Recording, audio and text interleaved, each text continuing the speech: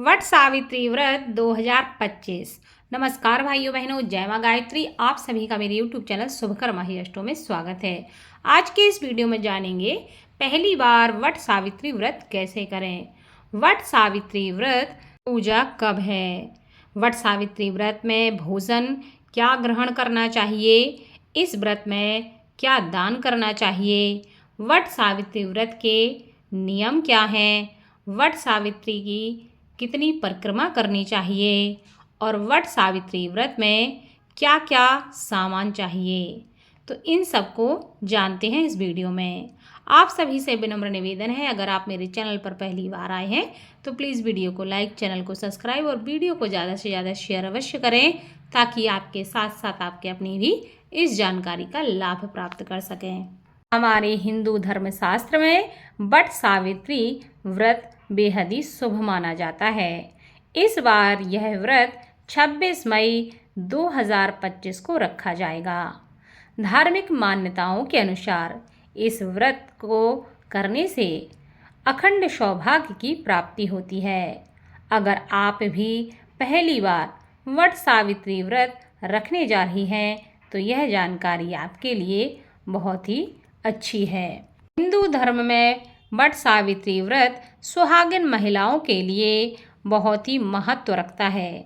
यह व्रत पति की लंबी उम्र और खुशहाल वैवाहिक जीवन के लिए रखा जाता है। वट सावित्री व्रत भगवान शिव और माता पार्वती को समर्पित है।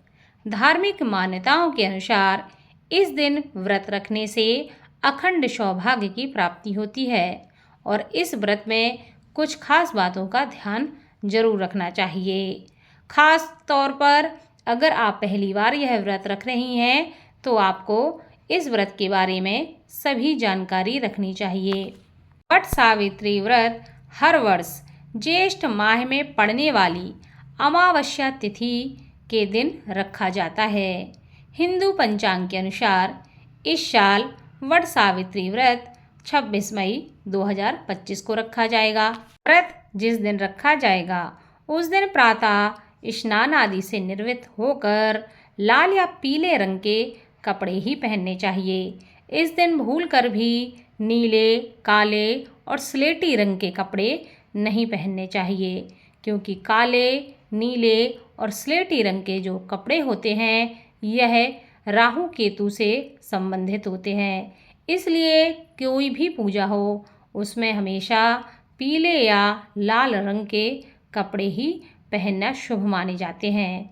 इसलिए सबसे पहले प्रातः उठकर स्नान आदि से निवृत्त होने के बाद लाल या पीले रंग के वस्त्र पहने और व्रत का संकल्प ले लें। फिर बरगद के पेड़ की पूजा करने आप जाएं, उसकी जड़ में जल चढ़ाएं और उसके चारों ओर कच्चा धागा या कलावा आप ले जाएं। वट वृक्ष की परिक्रमा करते हुए आपको वह कलावा या धागा आपको वट वृक्ष में लपेटते जाना है। यह अपने सामर्थ्य के अनुसार है, शारीरिक क्षमता के अनुसार है कि आप कितनी परिक्रमा लगा सकते हैं। कम से कम 7 परिक्रमा तो आपको लगाना ही चाहिए, और अगर उससे ज़्यादा आप लगा सकती हैं तो कम से कम 11, 21, 51 या 108 बार भी आप लगा सकती हैं। यह अपनी अपनी शारीरिक क्षमता के अनुसार है।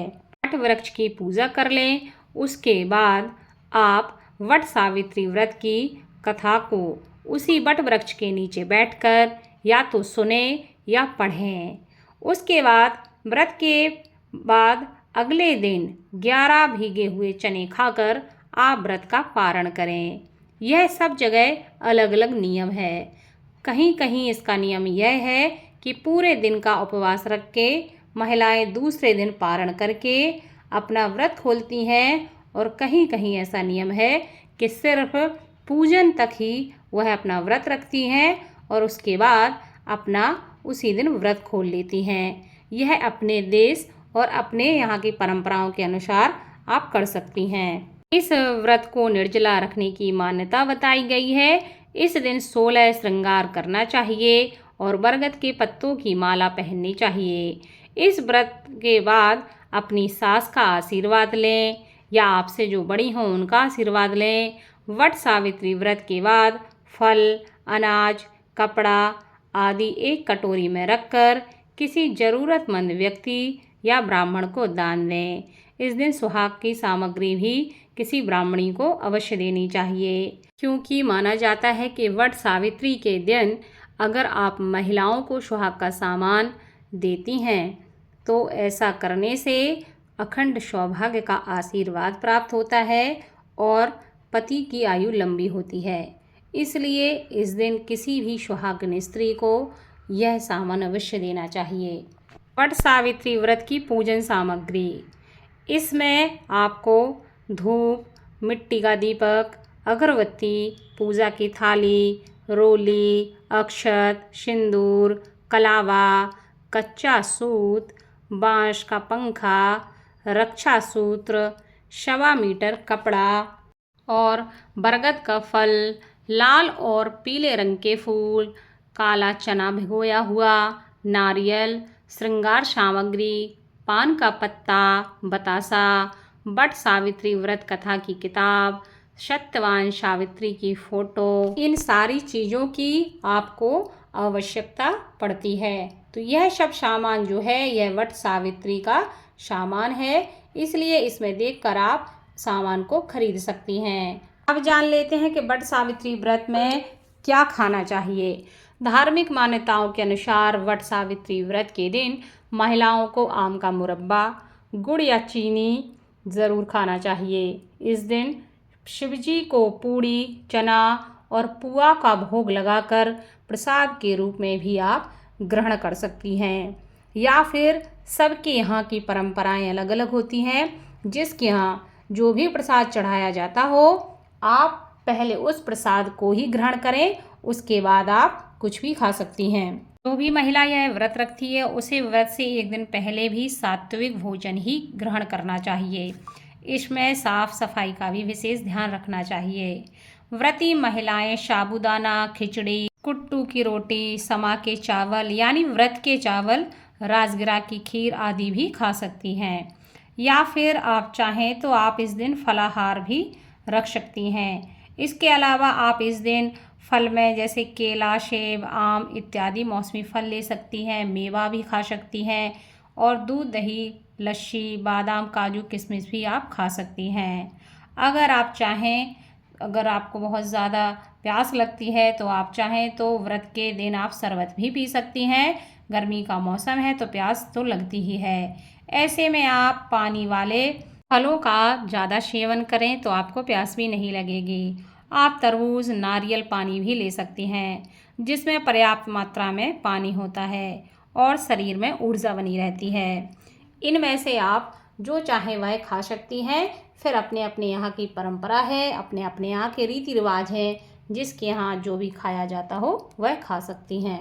अब जानते हैं कि वट सावित्री व्रत में क्या नहीं खाना चाहिए। वट सावित्री व्रत के दिन तामसिक चीज़ें जैसे मांस, मछली, प्याज, लहसुन आदि का सेवन नहीं करना चाहिए। इस दिन सात्विक भोजन ही करना चाहिए। वैसे तो इस व्रत में क्या कोई भी कैसा भी व्रत हो, किसी भी व्रत में मांस, मछली, प्याज, लहसुन आदि का सेवन नहीं किया जाता है। इसलिए किसी भी व्रत में आपको इन चीज़ों का सेवन नहीं करना चाहिए। तो यह थी वट सावित्री संबंधित जानकारी। आशा करती हूँ आपको यह जानकारी अच्छी लगी हो। तो प्लीज़ वीडियो को लाइक, चैनल को सब्सक्राइब और वीडियो को ज़्यादा से ज़्यादा शेयर अवश्य करें, ताकि आपके साथ साथ आपके अपने भी इस जानकारी का लाभ ले सकें। धन्यवाद।